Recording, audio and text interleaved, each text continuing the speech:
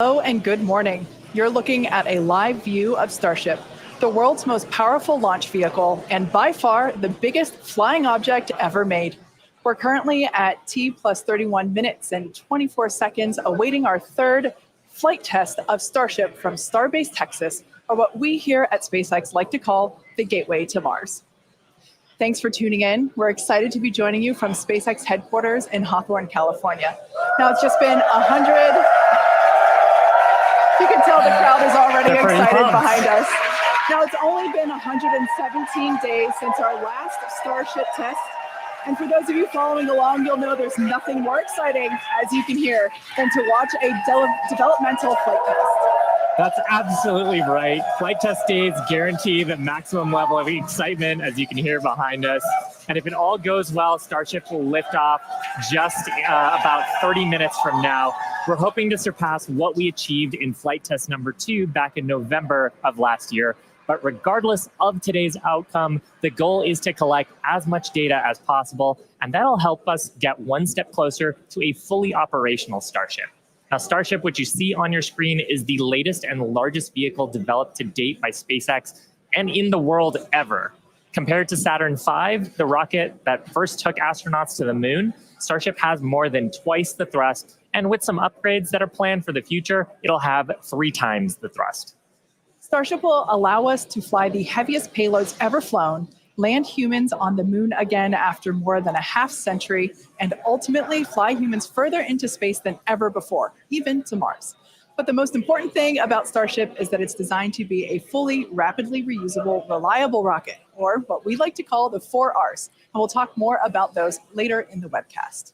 But before we dive into the details of today's test, let's recap the achievements of our last integrated flight test, Flight 2. All 33 Raptor engines on the Super Heavy booster started up successfully and, for the first time, completed a full duration burn during ascent. As you can see here, we saw amazing views of each Raptor engine burning during that ascent, which is something awesome because we don't get to see that with Falcon and its Merlin engines. Now, next, Starship executed a successful hot stage separation, powering down all but 3 of Super Heavy's Raptor engines and successfully igniting the 6 second stage Raptor engines before the vehicle separated.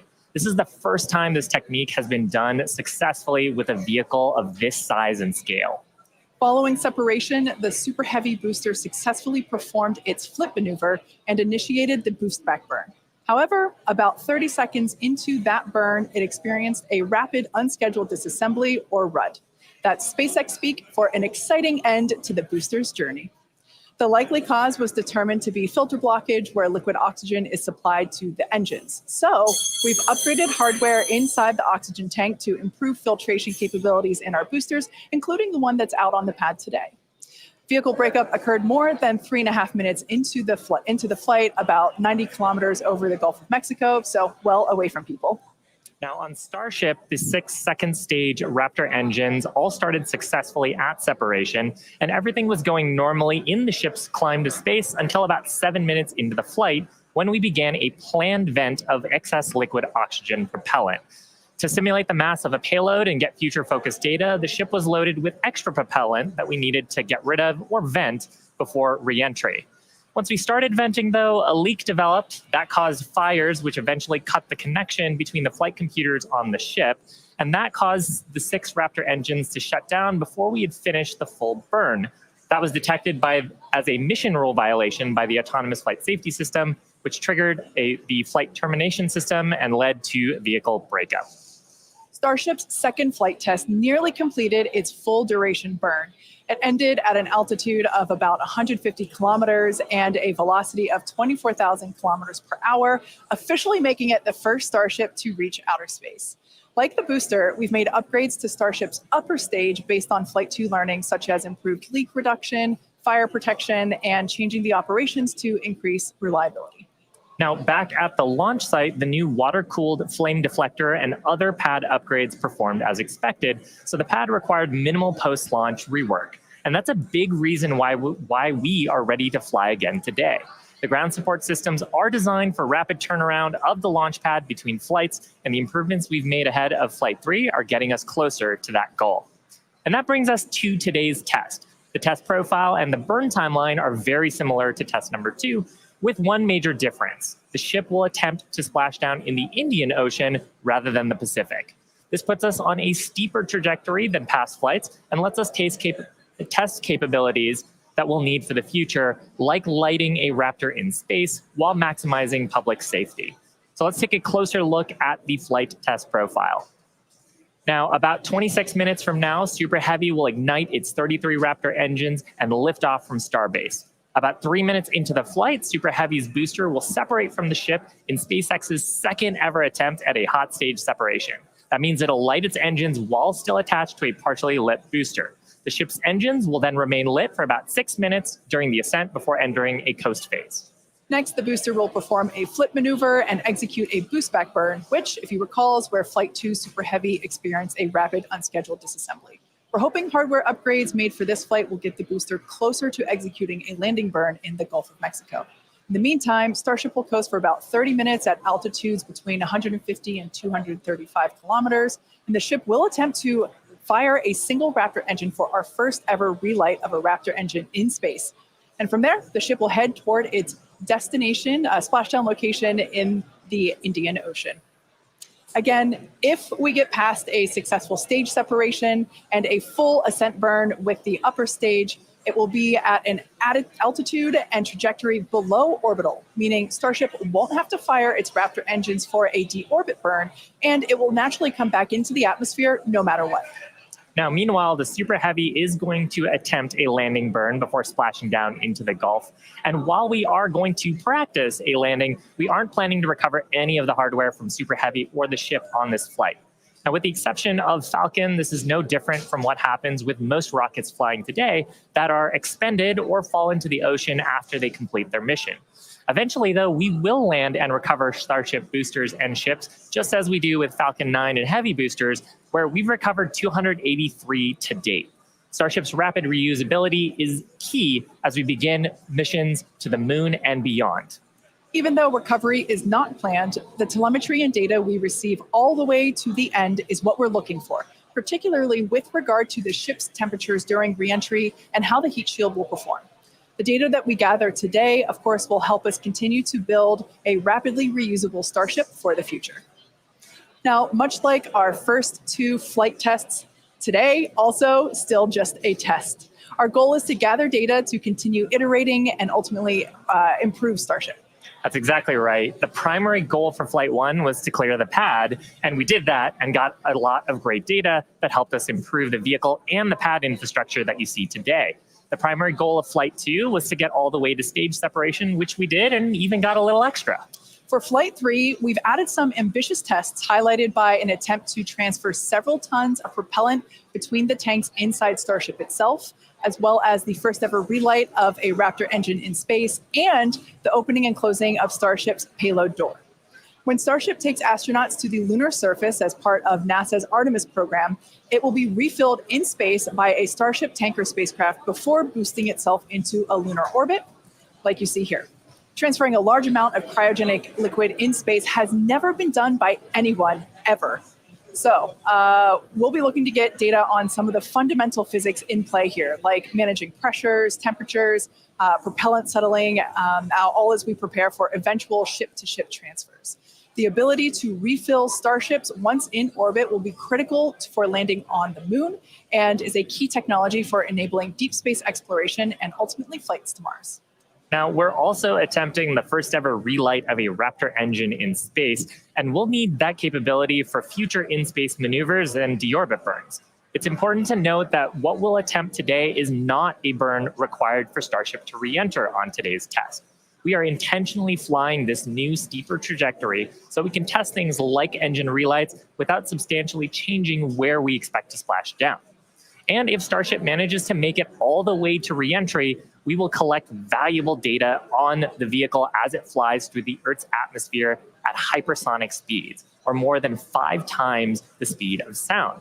We expect it'll look something like this animation on your screen with the heat shield tiles facing down. We'll use the Earth's atmosphere to brake the vehicle and then get us into a controllable regime as we go towards splashdown.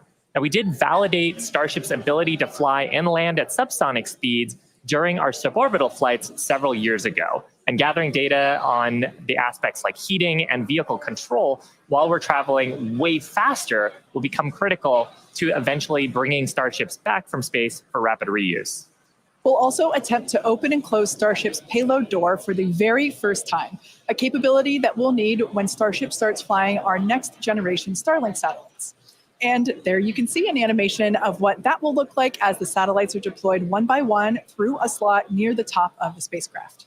So at this point in time, we are approaching T-minus 21 minutes until liftoff. Let's check in with Dan for a countdown update. Hey, thanks, Kate. Hey, everybody. I'm Dan Hewitt. Good morning. Welcome to Starbase. I'm coming to you from the Raptor's Nest, where I'm here with some of our flight controllers, also our Pad Red team. We're just behind the Mega Bay. Those are our super heavy boosters right behind me, getting ready for the next 4 flights after this one. So we're looking to launch a lot this year.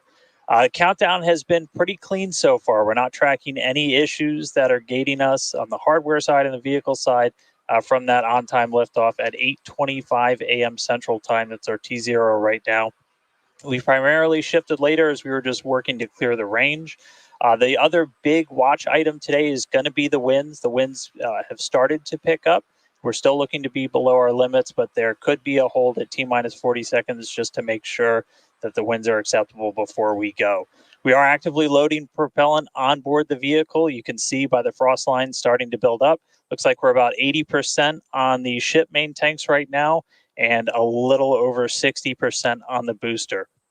Now, Starship uses liquid methane as its fuel, liquid oxygen as its oxidizer. Both of those get cooled down to cryogenic temperatures, so several hundred degrees below zero. And if you followed along with our previous 2 flight tests, the prop load timeline today looks a little bit different. Those first flight tests, it took us about 90 minutes to load all of the prop on board. But since the second flight, we made some pretty significant upgrades to make that time shorter. We added some additional fuel and LOX pumps just to increase our capacity. We expanded the number of heat exchangers and installed a dedicated fill drain line for each stage. But they were sharing one before, now they each have their own. That's just that main pathway to get the propellant to the vehicle. We're aiming for about 51 minutes for today's operation to fully load prop. We did that successfully on our wet dress rehearsal that we did recently. Eventually, though, we're trying to get that time down to about 40 minutes. Just for some context, that's about 5 minutes longer than we take on Falcon 9, but we're doing it with 10 times the amount of propellant. Now, the propellant load on ship started at about T-minus 53 minutes, booster right around T-minus 42 minutes. We are about to pause loading on the main tanks of ship, switch over to the header tanks, and then switch back to close out the main tanks. We're expecting all of the prop to be on ship at about T-minus 3 minutes, 30 seconds, and then booster prop load ends at T-minus 2 minutes and 50 seconds. Now, our final countdown and startup sequence is going to be the same as Flight 2. We already tested this on this booster when we did its static fire. Looking back for Flight 1, we lit those Raptor engines on the booster and lifted off about 6 seconds later. Flight 2, we reduced that time by almost 2 seconds. That just helps reduce the stress on the ground systems, improve the efficiency of the rocket. But right now, we're just about to pass 18 minutes away from launch. Winds, again, they're still looking a little bit marginal, so we'll keep an eye on those. We're not working any other technical issues, and the range is expected to be green. If we can't make our test today, we have backup launch opportunities in the coming days. Could be 24 to 48 hours. All just depends on how far we get into the count. So check back in with everybody in just a little bit. For now, though, I'm going to send it back to Kate and Shiva out at Hawthorne. Thanks, Dan. The countdown is continuing to progress, so let's take a closer look at the world's most powerful launch vehicle ever developed. Starship is comprised of 2 elements, the ship, which has 6 Raptor engines, and the Super Heavy booster, which has 33 Raptor engines. Starship is capable of about twice the thrust of the Saturn V rocket, and with future engine upgrades, it will actually be 3 times more powerful. Now, with those future improvements, that'll allow Starship to carry somewhere between 150 and 250 metric tons to orbit, depending on the configuration. For reference, Falcon 9's heaviest payload to date is just over 17 metric tons. So with Starship, we're talking about an order of magnitude greater in terms of payload capability to orbit. And that matters because the amount of mass we're able to launch per rocket is critical to creating a self-sustaining city on Mars. In terms of size, the Super Heavy booster alone stands about 71 meters or 233 feet tall and is about the same height as a fully integrated Falcon 9. The ship stands about 50 meters or 160 feet tall. Stacked together, the booster and the ship are by far taller than the Statue of Liberty, which stands at 305 feet tall with its base. Stacked together, Starship is 396 feet, so quite a bit taller there.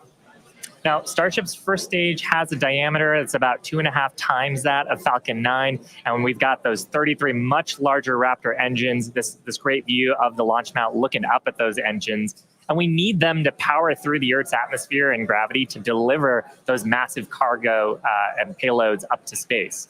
Moving up the rocket, Starship is designed for vertical takeoff and landing on any hard surface, and that's as opposed to taking off and landing on a runway as aircraft do. And that's important because there are no runways on the Moon and Mars where we're going.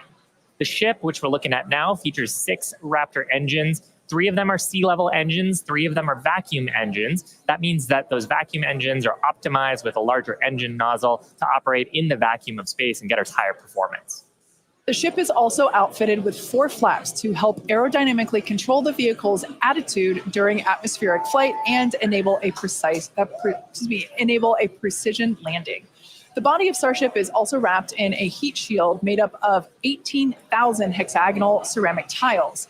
Those are designed to insulate the vehicle during atmospheric entry, where temperatures can be as high as 2,600 degrees Fahrenheit.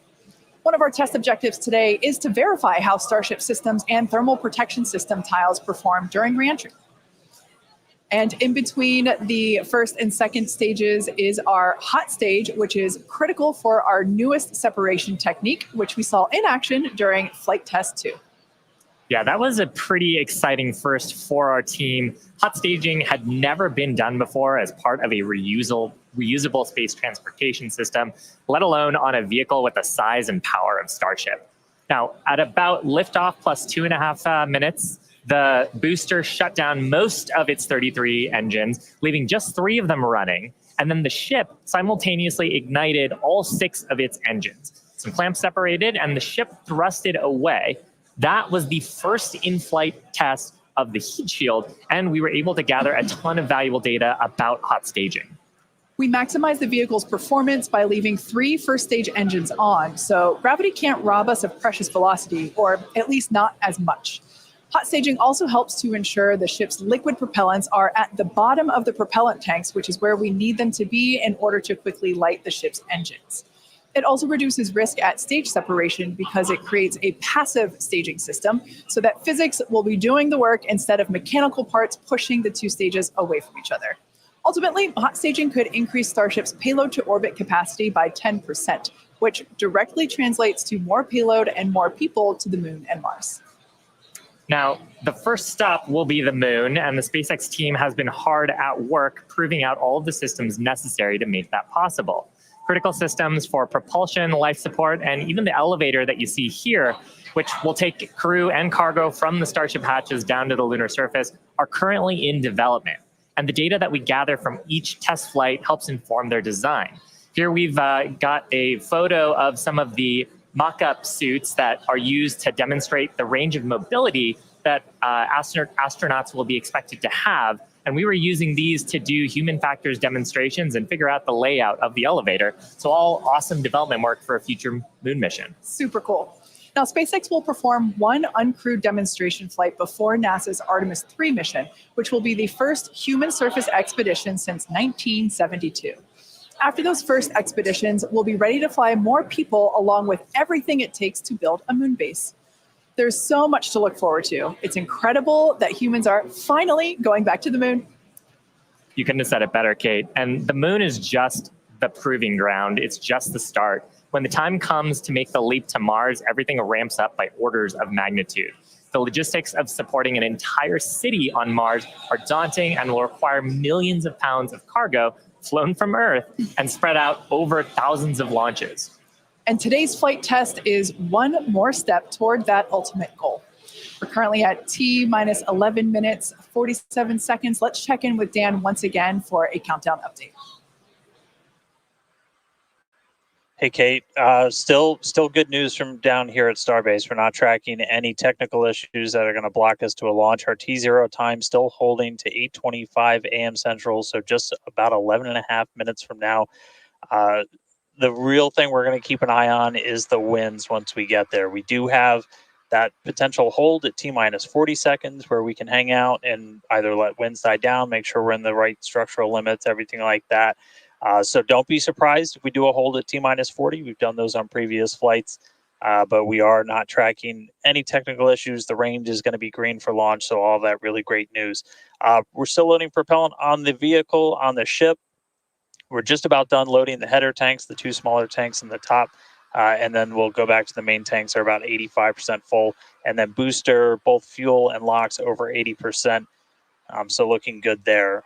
The launch pad itself is getting ready for liftoff. We commanded the booster hold downs open already about 20 minutes ago or so. And then that just means that once that rocket has sufficient thrust to overcome its weight, your thrust to weight ratio goes over 1, it's going to lift off. We don't have a command to actually release the hold downs once it starts up. Just also a reminder, actual liftoff happens a few seconds after you see those engines ignite. So you'll see fire, and then a few seconds before Starship really starts to take to the skies. Our range team just going to keep on making sure land, sea, air are all clear as we really count down. But that's the latest. We're just coming up on 10 minutes before launch. Everything looking good for Starship's third test flight. I'll toss it back to you guys in Hawthorne. Great, thanks, Dan. Now, if you've been following SpaceX over the years, you've no doubt heard us talk about our goal of full and rapid reusability. Nearly all of the Falcon boosters flown last year and this year have been reused, or as we like to say, flight proven. We've landed Falcon 9 and Falcon Heavy boosters 283 times since first doing so in 2015. And with Starship, our mission is to take reusability even further by reflying both stages with little downtime between flights. And we plan to fly as often as possible. As we mentioned earlier, rapid and complete reusability is critical to enabling routine spaceflight. The team at Starbase has been hard at work developing and manufacturing the hardware that will ultimately take humans back and forth to the moon and Mars. Now, even though we are not recovering Starship today, test flights like these provide the critical data that we need through every phase of flight. And that data informs future missions and gets us to that future where Starships are being recovered and rapidly reflown. Our teams are also working on the ground systems that will support rapid reusability. When we start recovering Starship boosters, we'll want them to return to the launch site for a quicker turnaround, as you can see here depicted in this animation on your screen. This is when the tower reveals its dual purpose. After launch, the arms or the chopsticks on the tower will help guide the booster into position to ensure a soft landing. Now, if you're thinking that this sounds hard or even impossible to do, well, that's the inspiration for naming them chopsticks. Some of you might recall a little film called The Karate Kid, where Mr. Miyagi famously taught the main character, Daniel, that if he could catch a fly with chopsticks, he could accomplish anything. Now, today we do have 4 ships and 4 Super Heavy boosters built, with more coming off the production line as our Star Factory continues to grow. These vehicles are slated for future flight tests just like today's. And in fact, just this week, we static fired our next ship that's planning to fly and expect to test the booster as soon as the launch mount is free from today's flight test. Now, as a reminder, today is still just a test. While we really hope to get our splashdown location in the Indian Ocean, but any data received will help us improve. It's the third of many future flight tests for Starship before it becomes fully operational. And that's the goal of flight tests. They teach us about the limits of our design and improve our understanding of the vehicle, and ultimately help us make Starship more reliable and rapidly reusable. So whatever the outcome and however far we get, we can promise excitement. And things look like they are moving fast at Starbase, and that's exactly how we like it. Yeah, Rapid exactly. Iteration is a key of SpaceX. Yeah, we've done it with all of our major innovative advancements, including Falcon, Dragon, and Starlink. We believe that if you're not failing, you're not learning and improving the design. Yeah, many of the innovations that we've developed have come from our failures, and they teach us how to avoid the perils of spaceflight. It's a tough business. But all of this testing, all of the iterative design allows us to make the design better and better to do some of the great accomplishments with reflight that we've had so far. Exactly. One of the examples that we love to talk about is the Dragon capsule, like the one located behind Shiva and I here on the mezzanine. Originally, it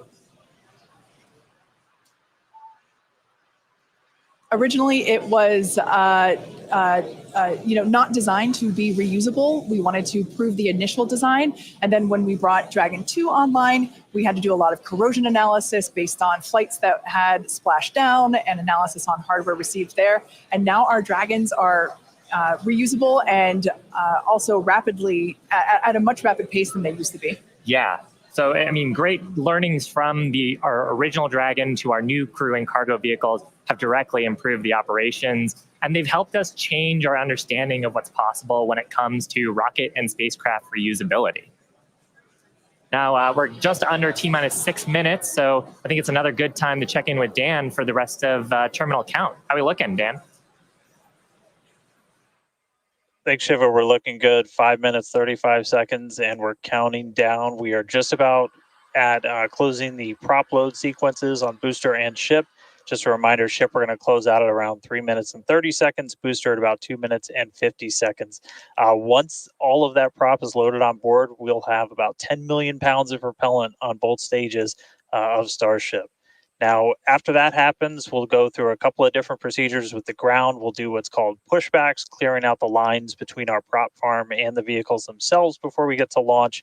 And then in the next few minutes, we'll get the final guidance system alignments, some final thrust vector control on the booster checks, and all that will be performed. And again, if we need to hold, we have a hold gate built in at T-minus 40 seconds where we can hang out. It sounds like today we'll have about 15 minutes to hold at T-minus 40 if we need to.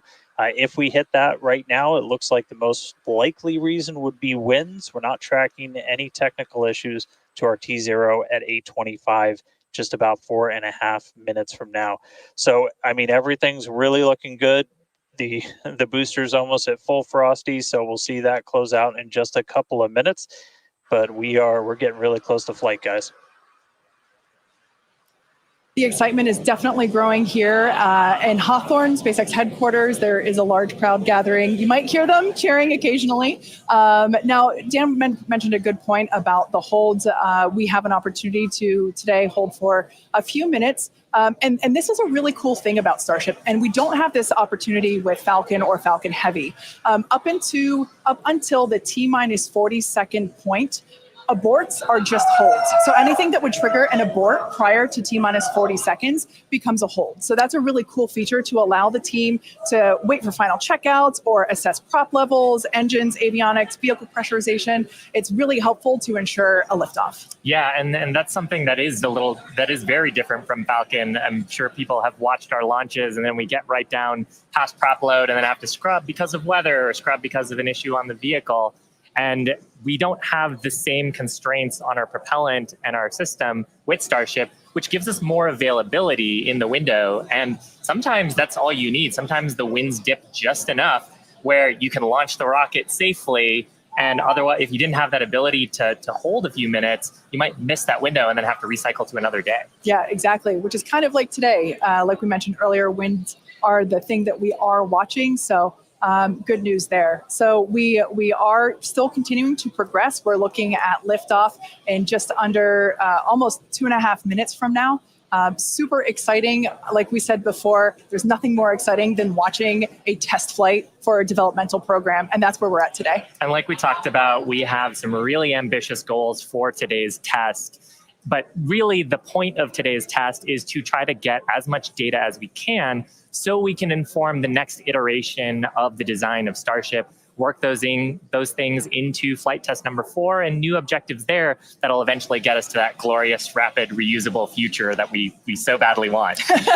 Yeah, for flight 1, we wanted to clear the pad, and we did. For flight 2, we wanted to get through hot staging separation, and we did. So today, we want to get even further than that and collect as much data as we possibly can. So with all that being said, we're going to check back in with Dan to take us through the final 2 minutes of terminal count.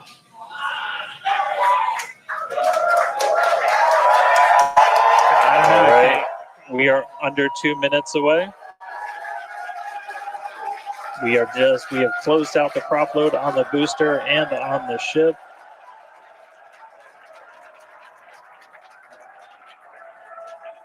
And we're starting to hear some good news that it looks like winds are not going to hold us up. So there's a good chance we blow right through that 40-second hold.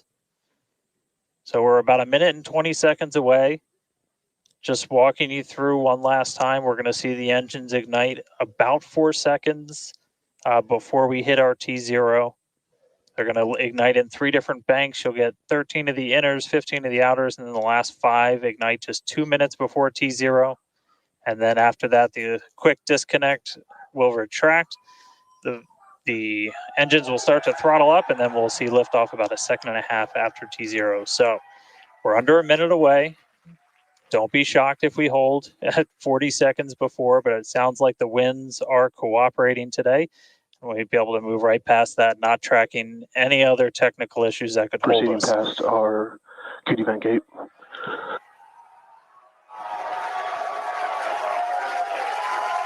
Through the QD vent gate past the 40-second hold. Go for launch. Flight Director Ty Huntington telling the team we are go for launch. So 20 seconds to go. Let's listen in. T-minus 10, 9, 8, 7, 6, 5, 4, 3, 2, 1.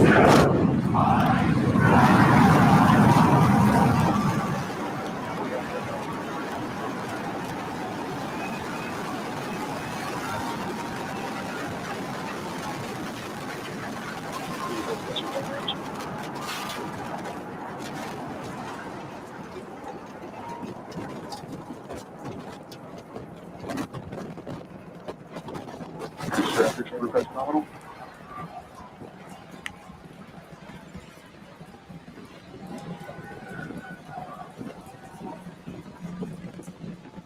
30 seconds into flight, we are feeling the rumble. We are seeing 33 out of 33 Raptor engines ignited on the Super Heavy booster. Booster and ship, avionics, power, and telemetry nominal. Acquisition of signal, Corpus Christi. Continuing to get good call outs. Our trajectory looking nominal, systems looking nominal. Just amazing to see all 33 lit up once again.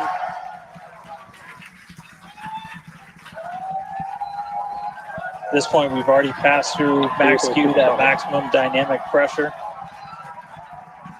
and passing supersonic. So we're now moving faster than the speed of sound, getting those onboard views from the ship cameras.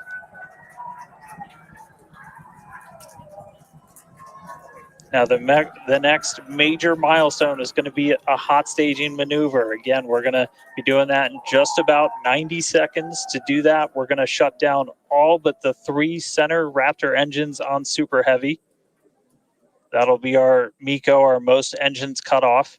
And then the clamps holding the 2 stages together are going to release. Starship second stage will ignite its engines, the RVACs first, the sea levels right after that. The sea level engines will be splayed or just kind of pointed out at about a 15-degree angle.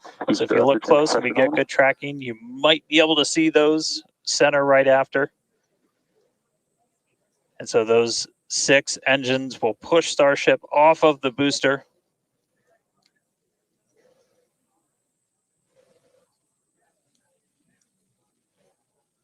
All right, counting down now. We're going to be coming up right at around the 3-minute mark on that hot staging maneuver.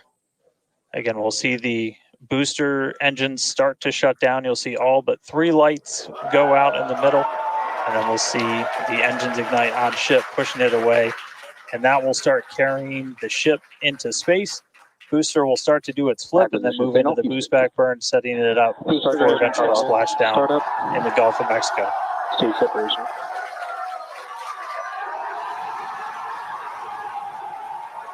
Boost back startup.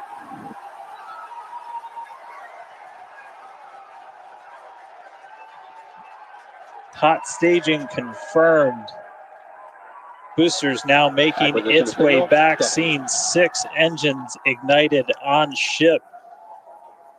Kate, we got a Starship on its way to space and a booster on the way back to the Gulf. Oh man, I need a moment to pick my jaw up from the floor because these views are just stunning. These are live views from Starship. First stage is currently performing the ship avionics, power and telemetry nominal. Good there, news informing us that the second stage or the ship, everything looking good, nominal there. First stage is currently performing the boost back burn, expecting that to last about 1 minute. That boost back burn, propels the booster back towards the coast, taking it to a landing in the waters of the Gulf of Mexico. We're only using the super heavy boosters 13 center engines from here on out. As whenever they relight, you'll be able to see that in the left bottom corner. Those are the ones that can gimbal. In other words, they move and change direction in order to change the thrust to steer the first stage back to Earth.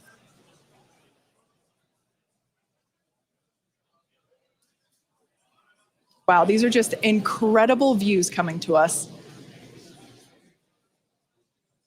Everything is looking good for both the first stage on the left-hand side of your screen or the super heavy booster, as well as on the right-hand side of your screen, that is Starship, or we also refer to that as the ship. Now, the boost back burn was the first of 2 burns required to return it to Earth. The next one will be the landing burn, where all 13 center engines will initially ignite and then transition into a 3-engine burn to help slow it down. Now, just as a reminder of the stage 1 test objectives, we're looking for controlled ascent, which we have so far. Stage separation, which gorgeous, we cruised right through it, as well as on a nominal trajectory. Good news there telling us that the path that Starship is on is good. Now, Starship's second stage is still firing its engines, and as you heard, following planned flight path. The ship objectives, we're looking for hot staging, again, cruised right through that. We're looking to demonstrate controlled ascent as well as orbital insertion. Now, the bottom right-hand corner of the screen shows the ship engine graphics, so be sure to keep an eye on those. Yep, Kate, like this is just a phenomenal test so far. Super Heavy is performing beautifully today. It's on its return leg of the journey. Ship continuing to burn its 6 engines, those larger circles, the Raptor vacuum engines, the inner circles, the Raptor sea level engines. We're about 30 seconds away, just under 30 seconds away from the start of the boost back burn. Excuse me, the landing burn on the booster. You can see the grid fins rotating. Those hypersonic grid fins are guiding us through the atmosphere back towards our splashdown site. Again, we're going for a splashdown, a soft splashdown.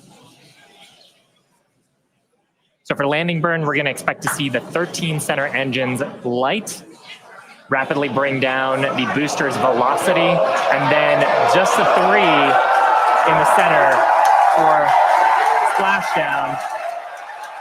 Let's see if that'll work.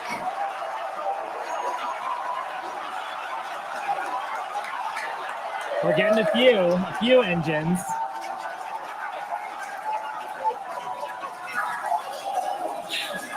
And acquisition of signal. Let's see if we can get some other video of that. Now, this is a test objective today. It is still something that we're attempting to learn. And to make it that far, to demonstrate the controlled re-entry up to that point is pretty darn good. Ship continuing to look nominal with its ascent burn. This burn lasting about 6 minutes total. And we're expecting that this burn will end just after T+8 minutes, about a minute from now. So far, though, I mean, congrats to the team. Making it this far is farther than we've gone Absolutely. on flight 2.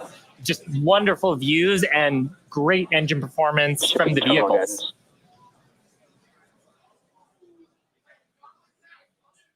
So far, we've hit controlled ascent. We're in the middle of that right now. We demonstrated the hot staging. Kate, as you said, cruised through that. We demonstrated controlled entry of the booster. Just stopped a little short of the engine relay, but hey, that's something we can learn for the next one. Yeah. Now that view that we just had moments ago was a live shot of Star Command. There you see it again. This is our mission control center at Starbase, where vehicle operators are standing by. Now the next milestone coming up is in less than a minute. At that point, ship will, or I'm sorry, actually it already has. Starship engine cut off. There we go. As you heard there, by the call out and from the crowd behind us, Starship Integrale organization. Starship's 6 Raptor engines have successfully shut down. We heard a call out for nominal orbital insertion, which is incredible. Look at these views, Dan.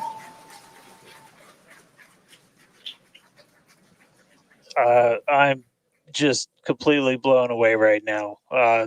What a day. Congratulations to the entire SpaceX team. I mean, this flight pretty much just started, but we're farther than we've ever been before. We've got a Starship not just in space, but on its coast phase into space. Just to recap where we've come, and it's only been 9.5 minutes. How has it only been 9.5 minutes?